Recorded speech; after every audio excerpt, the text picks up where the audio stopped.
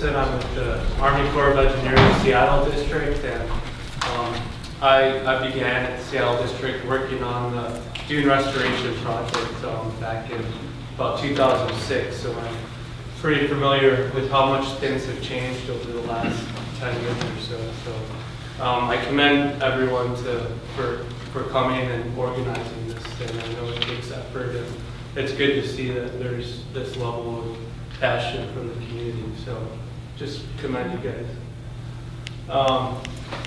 So I just kind of went through the questions that you sent me, and I tried to put some bullets to those, and other people have kind of described those already. So I'll just kind of go pass over those. But I think there's value in the fact that the Corps recognizes and respects many of those same issues. Yes, that's true. So yes, the SR 105 corridor, the private homes property in Cranberry Bog, all very important features in this area. Also the economic impact to the city of Tokeland and the tribe, casino and facilities. And then from the Corps' perspective, how this relates to O&M long-term of the dune restoration that we were involved with the tribe.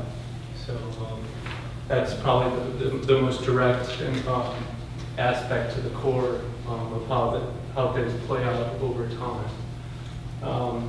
So over the last 20 years, the Corps has been involved in a number of technical studies, studying the problem in coastal processes, wave action, tidal currents, potential alternatives that could be done to protect the tribe from flooding and coastal damage. And I've hyperlinked studies so you can click on it. I don't know if these slides will be available to the group, but We'll work to make them available. okay. But if anyone's interested in looking at these in more detail, the links are linked on this presentation, so you can access them and look at them. So there's two core studies. One was for the dune restoration itself. Another one was looking at kind of overall navigation feasibility within Willapa Harbor. So a lot of numerical models that looked at wave energy and currents throughout the harbor were developed for that study. So there's a good baseline of information on how the current dynamics and waves are actually how it's spread out over the harbor, which would be important for any future design that's looked at in this area. So there are resources available that can be pulled from. So it's not like we're starting from scratch in this area. And also geological survey was done by the USGS, basically on the dune area right in front of the tribe. They didn't extend that as far to the North Cove area, so a little bit unknown on what's below the current land right now. If there's erosion-resistant materials or not, that's still one of the unknowns on how that plays out. And I think that's an important piece that would be helpful when you are looking at future alternatives to protect the shoreline in those areas. And some of the other Corps-led actions that kind of I explained the dune restoration that we used an offshore borrow site and pumped material sand hydraulically from the bar and pumped it onto the dune, and that was completed in 2013. Every year, our navigation section, we do condition surveys of the bathymetry of the bar and the entrance into Willapa Harbor for the Coast Guard. Those are available, publicly available. So those are helpful for looking at how things change from year to year, how that North Channel migrates out of the harbor. That just kind of lets us know how that might be impacting future shoreline change. If it hugs the north part of the shoreline, that's a year that you might be seeing more shoreline erosion. So those are useful data sets to have.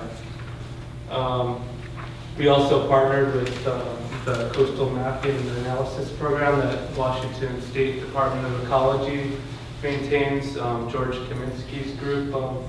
We did started doing detailed surveys of the dune that we built out there.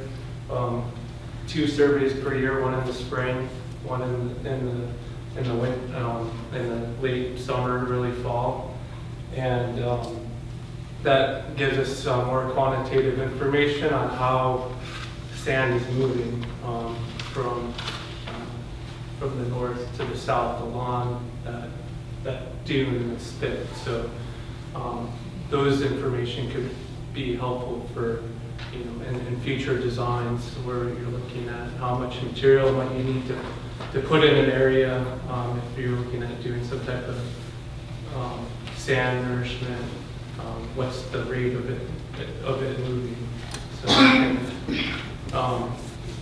So you can design a solution that accommodates for those natural rates. And we've established a beneficial use site for dredge material offshore of the dune in front of the shoalwater area.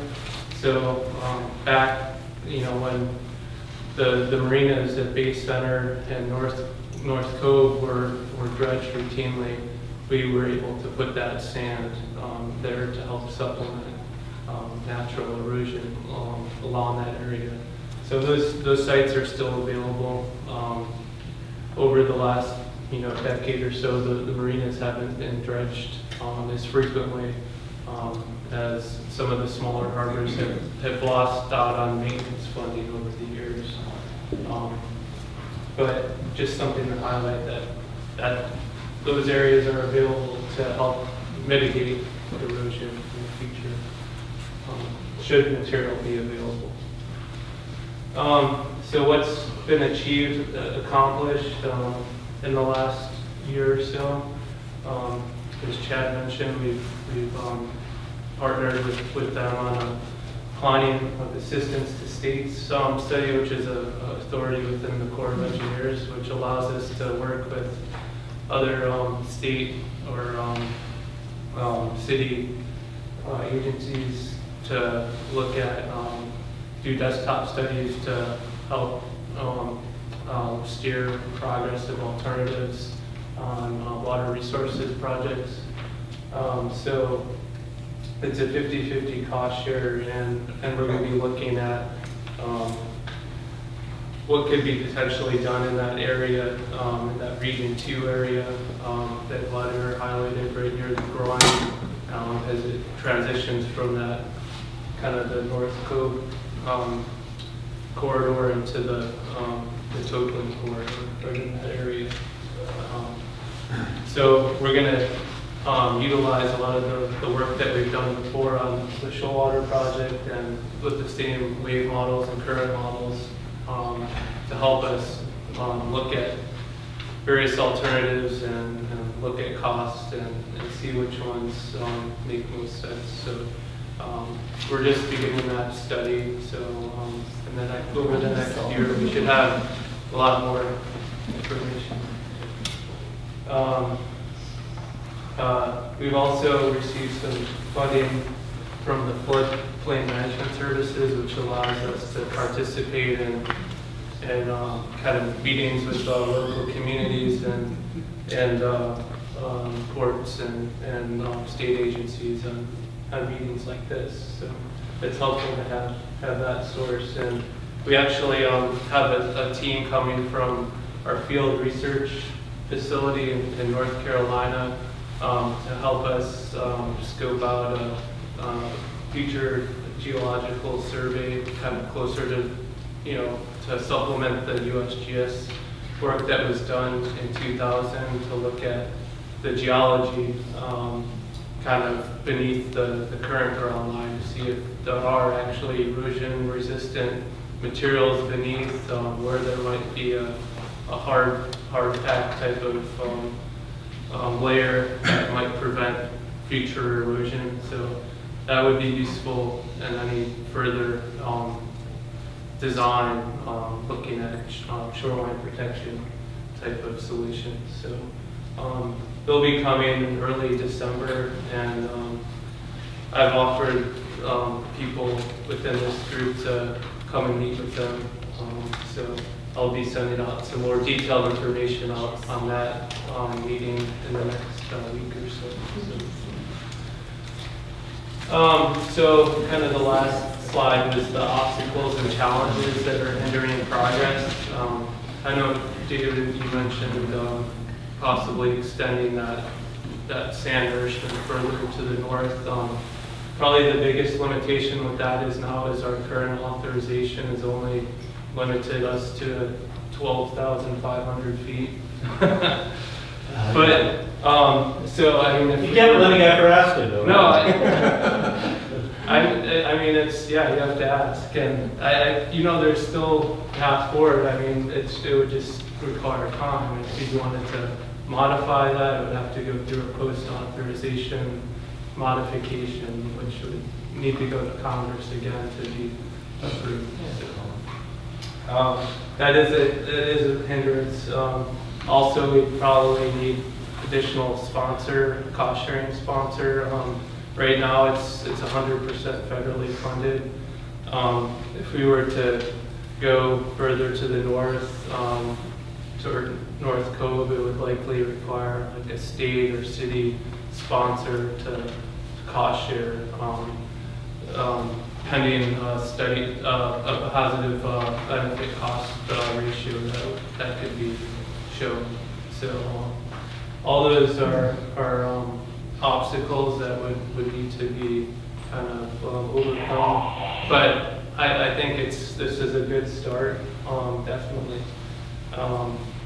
And I understand that time is of the essence on this. Particularly, you know, when you have this low relief coastal areas, once it's overwashed, it's hard to get back to that where you were before. And, you know, you lose potential cost-effective solutions once that is gone. So I understand the urgency of this, and I'm doing my best to do what I can on my side. So, yeah. Next slide. We have a picture. Oh yes, I forgot about that. Yeah. So this is the survey. This is a figure showing kind of what the elevation has changed in the area over about 2 years. These were from the surveys that the Department of Ecology did for us. So the blue areas, these represent where elevations have eroded or lost elevation. So you can see this is the graveyard spit area. This is what we refer to as Empire Spit down here. And this here is the groin and dike structure here. So this is probably the most extreme area where we've seen erosion over the last 2 or 3 years. This has been overwashed by wave action and deposited quite a bit of sand on the backside, this is all kind of sandy beach now, where it used to be kind of tidal marsh. So, and as a result of this, we've seen much more erosion on the north side of the dune, which is where Charlene, you mentioned, you've seen quite a bit of loss. This right in this area, about 500 feet of dune has been eroded. So as this material continues to move this way and lose elevation, this area becomes more exposed to wave action. So it's in the Corps' interest to really look at the whole. So where on this map will your December team be studying? Basically, we want them to, we have information on geology basically all the way from here, all the way down to here. We'd be interested in looking basically from here up into this area here. And again, I want to repeat, that's a real commitment. That actually is going to happen presumably the first week in December. that team will be out here to do that study. So there is indeed firm movement urgently happening on behalf of the Corps. Oh, and this right here, these are numbers put to each of these cells or polygons, or kind of how much is eroded and how much is accreted over the years. And it's kind of a lot of numbers, but these blue areas are erosion, so you can see a total net. This whole area is about 537,000 cubic meters. So that's maybe 700,000 cubic yards roughly. That's out of the system, so it's a net loss. So that tells you that you're losing material more than what's coming in here. And that was for 2 years? Yeah, in 2 years. And a lot of the material that's been lost from here has kind of deposited offshore right in front of the dune area, right in this area here. So some of it's still in here, but a lot of it has kind of been washed offshore and maybe incorporated into these shoals here up north, but out of the area that we surveyed. Clarifying questions for Dave. David, I'm trying to get my head around what you just said there. So you have a number of, you've accumulated a number of funding for a number of different studies involved here. Do you have a figure on that? The quantity of funding? Yeah. Okay, yeah. So for this study, the federal portion is roughly 50,000, and we're looking at matching amount from the DOT on that. 50,000. Yeah. 50. Okay. So the total cost would be roughly 100,000. This study is I mean, this is really just a funding source for my time and other colleagues' time. So it's minimal, less than 10,000 for the year. And then the geological survey? They're not actually going to be doing the survey while they're out here. They're looking at the site and getting a bit more information on what that might actually cost. But this study, to get them out here and look at the problem, is roughly 20,000.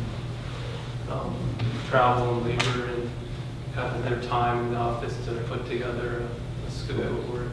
The reason I'm going to comment on that from my historical views of this area, I've been involved in this for at least the last 40 years, and this is where we seem to go. Every time we try to get something going, the Corps engineers says, well, we need to study that, and they do find funding to do it, and it's been millions and millions of dollars over the last 40 years that have been spent doing this. And it's been studied and studied and studied and studied. If we could find a way to stop studying and start putting some of that funding to construction, we'd all be better off. That's a great point. And as far as the geological study, what's underneath that sand, there's a real simple answer to that. Go ask the well drillers. There is a place in that whole area that doesn't have a drilled well in it that goes down 100 feet or 150 feet or whatever. That's all recorded. Yeah. And they'll find it's mostly all sand. So, Mike, comment?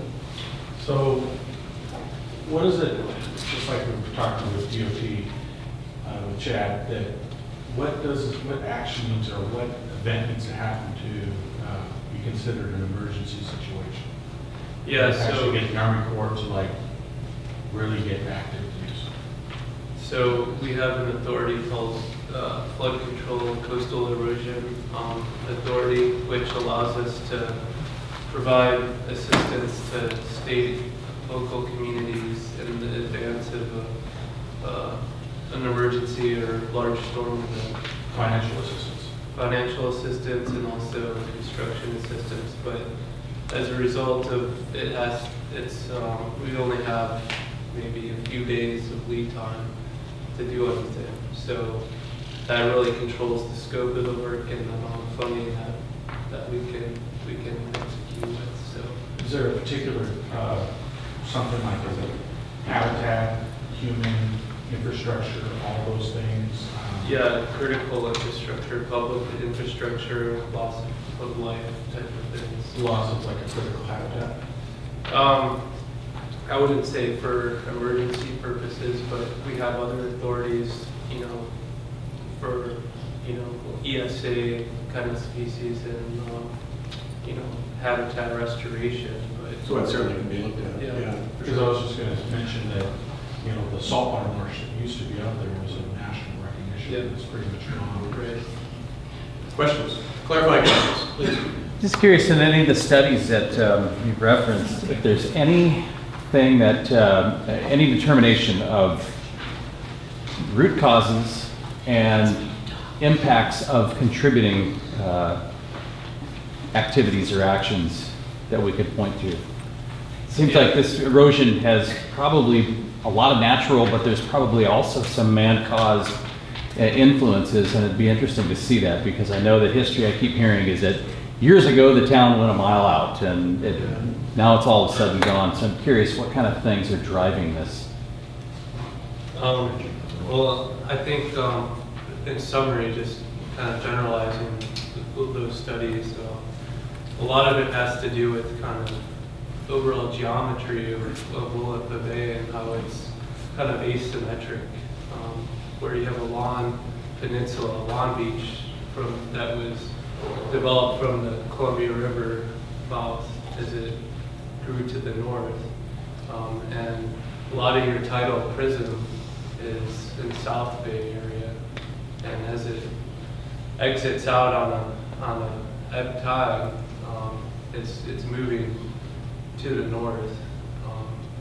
And there's a lot of momentum and inertia of that water exiting South Bay that's focusing toward the north there. So there's that aspect.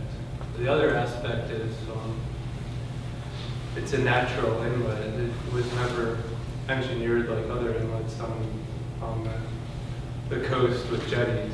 So there's a kind of natural dynamicism of the inlet where it's variable with what storms you have, coincident with what tides, and how that shapes out. And if a new channel kind of blows through a sandbar, and then that becomes a preferential pathway for the channel exiting the harbor, then that can open up a pathway of erosion along the shoreline, along kind of the North Cove area, which is what we've seen in the last 20 years.